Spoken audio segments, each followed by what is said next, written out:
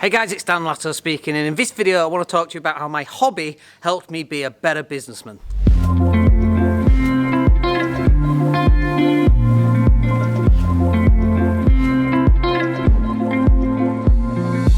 Hey everybody, it's Dan Latto speaking. So one of my hobbies that I love to play, and I play it as much as I can, and I watch it as often as I can, is basketball. Now I'm 5'7", in case you wondered. Some people said I picked up the wrong sport. I probably should have been a jockey on a horse or something like that.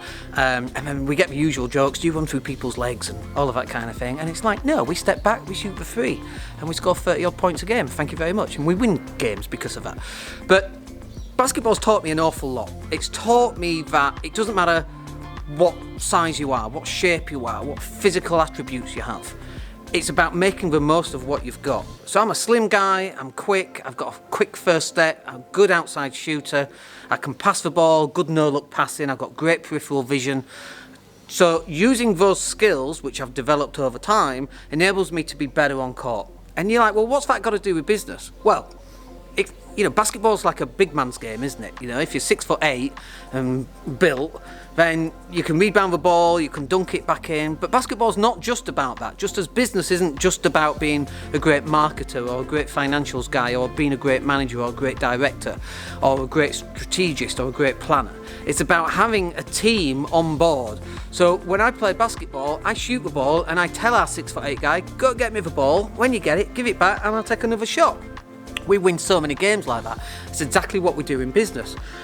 So in business, I tell our content designers to create content. They go off, they create the content, they drive traffic back to the website, we get people on the phone, and then we close them. And either I close them or a salesperson closes them, whatever needs to be. But it's not me doing everything. Just as if it was just you running your business, you know for a fact that you can't just run your business constantly without anybody else doing it.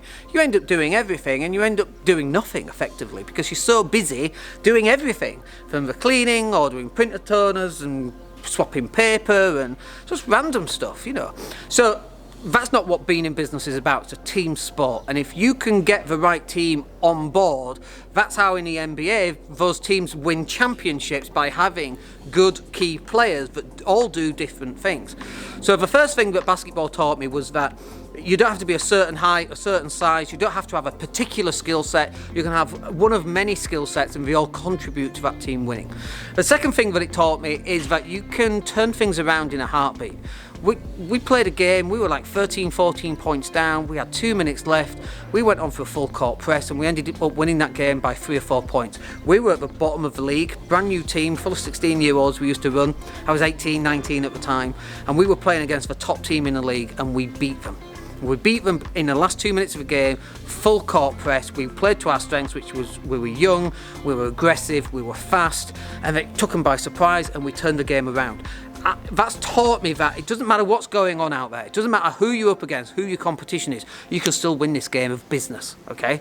And so that's the second thing that my hobby actually taught me. The third thing that it taught me is that the more you practice, the luckier you get. The more you practice on the right things, I should say, the luckier you get. I see people working 60 to 80 hour weeks. You don't need to work at 60 to 80 hour weeks if you're running your business properly. And if you are running that many hours, I would suggest that you're not running your business properly, because you're the one who's having to do everything instead of ordering people around, getting other people to do the things that they need to get done. I just had a meeting with my team this morning and we're talking about my YouTube videos like this one, and that when they get uploaded to YouTube, can you schedule them out on social media on Tuesdays, Thursdays, Saturdays and Sundays. So we've always got videos going out every single day on YouTube, and then those videos are going out on social media as well. So literally that conversation is it took as long as I've just explained it to you. That's how long it took, 30 seconds to a minute. Now somebody else is going to take all those videos and start putting them out there. That's my team. And the team, when people go, there's no I in team. But there is there's an M and an E, me, and there's an I in win as well, by the way. But it shouldn't be about that. One of the things that used to frustrate me in playing basketball, and sometimes in my business, is I'd have to turn into Michael Jordan to come out and win the game, and it's exhausting doing that. I don't have to do that anymore. I don't have to do that because in my business I've got people who can step up and win the game for us because we operate as a team. It's not down to one individual person, and then if they incapacitated for some reason, the whole thing falls down. That's not how a team should work. When one person's off, another person can step in. There's no single point of failure in my business, and there shouldn't be a single point of failure in your business. And for most businesses, you are the single point of failure. And so you've got to find a way of stepping out of it, so that then you've got other people that can do those tasks. Now, obviously, you've got this issue of being able to afford to do that. At some point, you've got to take a leap of faith. We've had that several times in my businesses, and you've got to take that leap of faith. But you do that by storing up excess cash, and then when you've got enough cash to last you 3 to 6 months, then you can make that shift. Because if it doesn't work, or if it takes up to 6 months, you've still got the cash to make it work. All right, I hope that's useful for you. Just wanted to share some of the reasons why I play basketball and how that's helped me in my business.